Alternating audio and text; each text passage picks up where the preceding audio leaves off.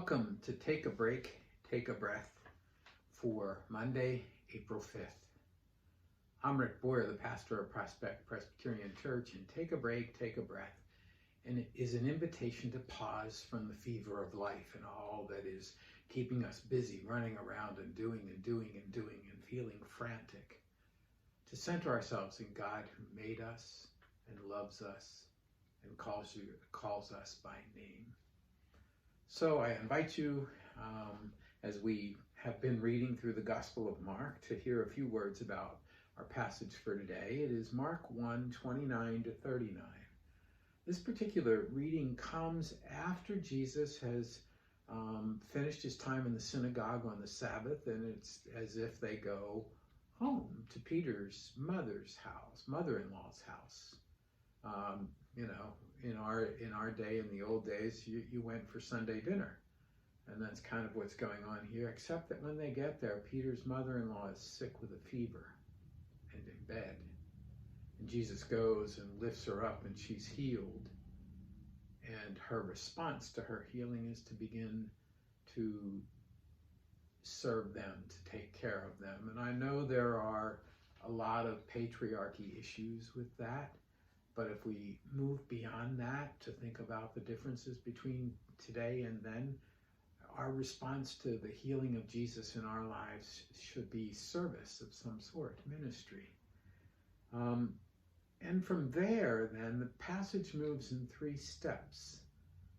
At evening time, so when the Sabbath is over, essentially, all these people gather at the door of this house where they are. And Jesus is healing them and casting out demons and taking care of all of them. I imagine it goes on quite a while. Then, the next morning, Jesus gets up before it's dark and goes to a deserted place to pray. And Peter and the disciples go looking for him and say, everybody's looking for you when they find him. And he says, well, yeah, we have to go to other towns. That's what I came for, to proclaim the good news that the kingdom of God is at hand. That's our reading for today. I really was attracted to in the morning, while it was still very dark, he got up and went out to a deserted place. And there he prayed. That's verse 35. I think I'm attracted to that for a lot of reasons. One of them being this is the day after Easter. And that's what the women did. They got up before it was dark and went out to the tomb to take care of things. And that's a common practice, by the way. In the Psalms, you'll see that in the morning, I prayed to you. And there is this rhythm of prayer in the morning. So I invite you to go to a place that is quiet in your house, if you have not already done so, and settle into a chair. Close the door, if there's a door in the room, and take some deep breaths. And as you breathe in the breath of God. And as you breathe out all that separates you from God. As you breathe in the breath of life. And as you breathe out all that does not give you life. As you breathe in God's peace. And as you breathe out all of your worries and fears and anxieties. Today, imagine that peace grows by the touch of Jesus' hand. And you can feel his hand touching you. You can decide where that is. But you can feel the power of his touch. And you can feel the peace and the power of his presence spread through your body, bringing healing and renewal and refreshment. Imagine it spreading everywhere, everywhere. Your head and your torso, your arms and your legs.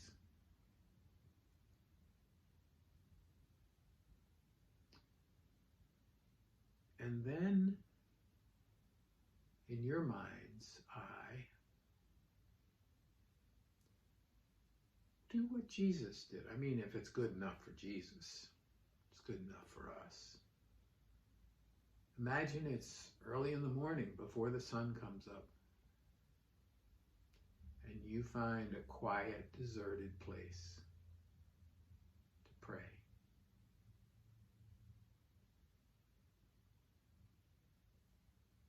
Where is that place?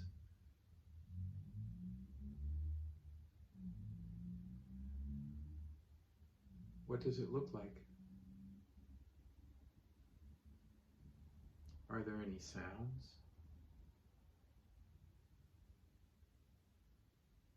It's still dark, but are there lights of any kind?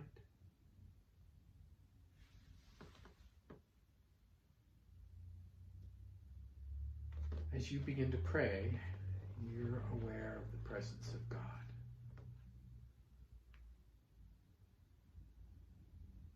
And you begin to lay out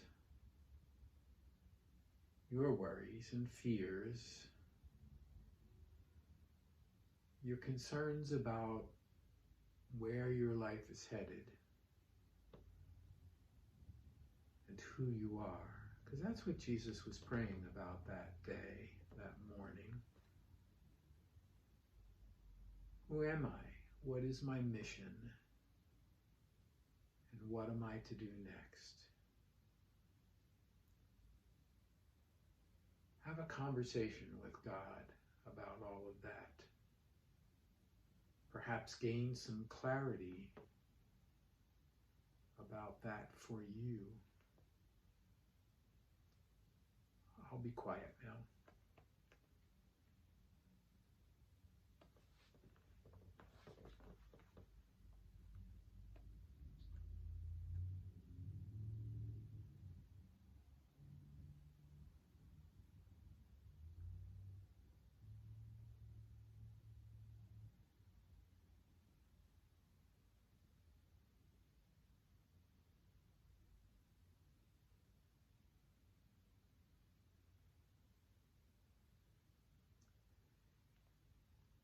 And then the time comes for the conversation to end. People are beginning to stir in the world. And you're seeing some people.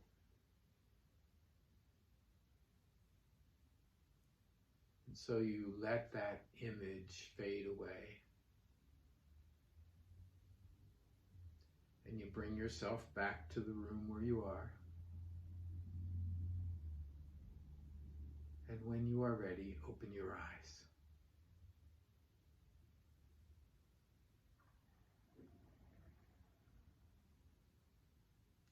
Let's take a break, take a breath for Monday, April 5th.